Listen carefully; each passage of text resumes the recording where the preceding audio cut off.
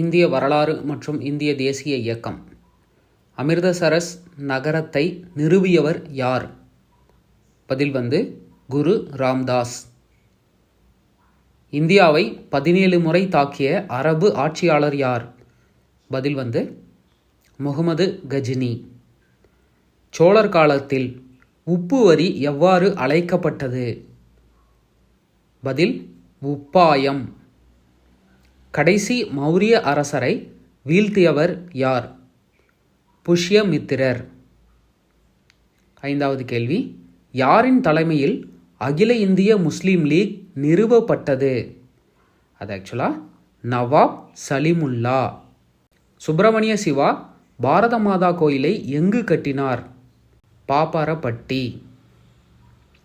1916ஆம் ஆண்டு இந்திய தேசிய காங்கிரஸின் லக்னோ மாநாடு முக்கியமான திருப்பு முனையாக கருதப்படுவதற்கான காரணம் என்ன? பதில் இந்திய தேசிய காங்கிரஸும் அகில இந்திய முஸ்லீம் லீகும் கூட்டிணைவதற்கான முடிவு 1916ஆம் ஆண்டு லக்னோ மாநாட்டில்தான் ஏற்படுத்தப்பட்டது. ஜாலியன் வாலாபாக் எந்த நகரத்தில் உள்ளது?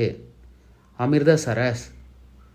சௌரி சௌரா கலவரம் எப்போது நடந்தது? பிப்ரவரி 5, 1922.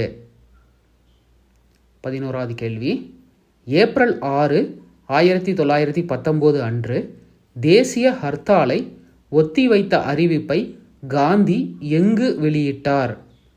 பதில் டெல்லி. வந்தே மாதிரம் முதலில் எதில் வெளியிடப்பட்டது? ஆனந்த மடம். ஆதி கிராந்த் யார் தொகுத்தார்கள்? குரு அர்ஜன் தேவ். விலை கட்டுப்பாட்டு முறையை அமல்படுத்திய முஸ்லிம் ஆட்சியாளரின் பெயர் என்ன? Alauddin Khilji. Doctrine of lapse, அதாவது உரிமை மறுப்பு கோட்பாடு, யார் அறிமுகப்படுத்தினார்? டல்ஹவுசி. 1905ஆம் ஆண்டு வங்கப் பிரிவினை உருவாகுவதற்கான முக்கிய நோக்கம் என்ன? இவற்றில் எதுவும் கிடையாது. ஆக்சுவலாக வங்கப் பிரிவினை வருவதற்கான காரணம் என்ன?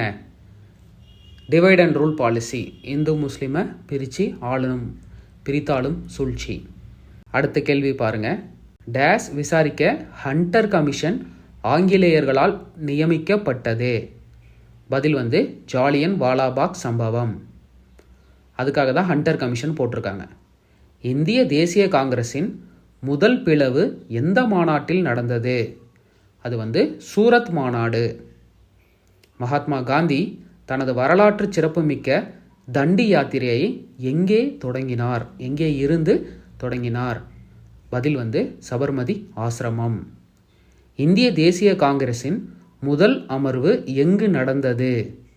கொல்கத்தா.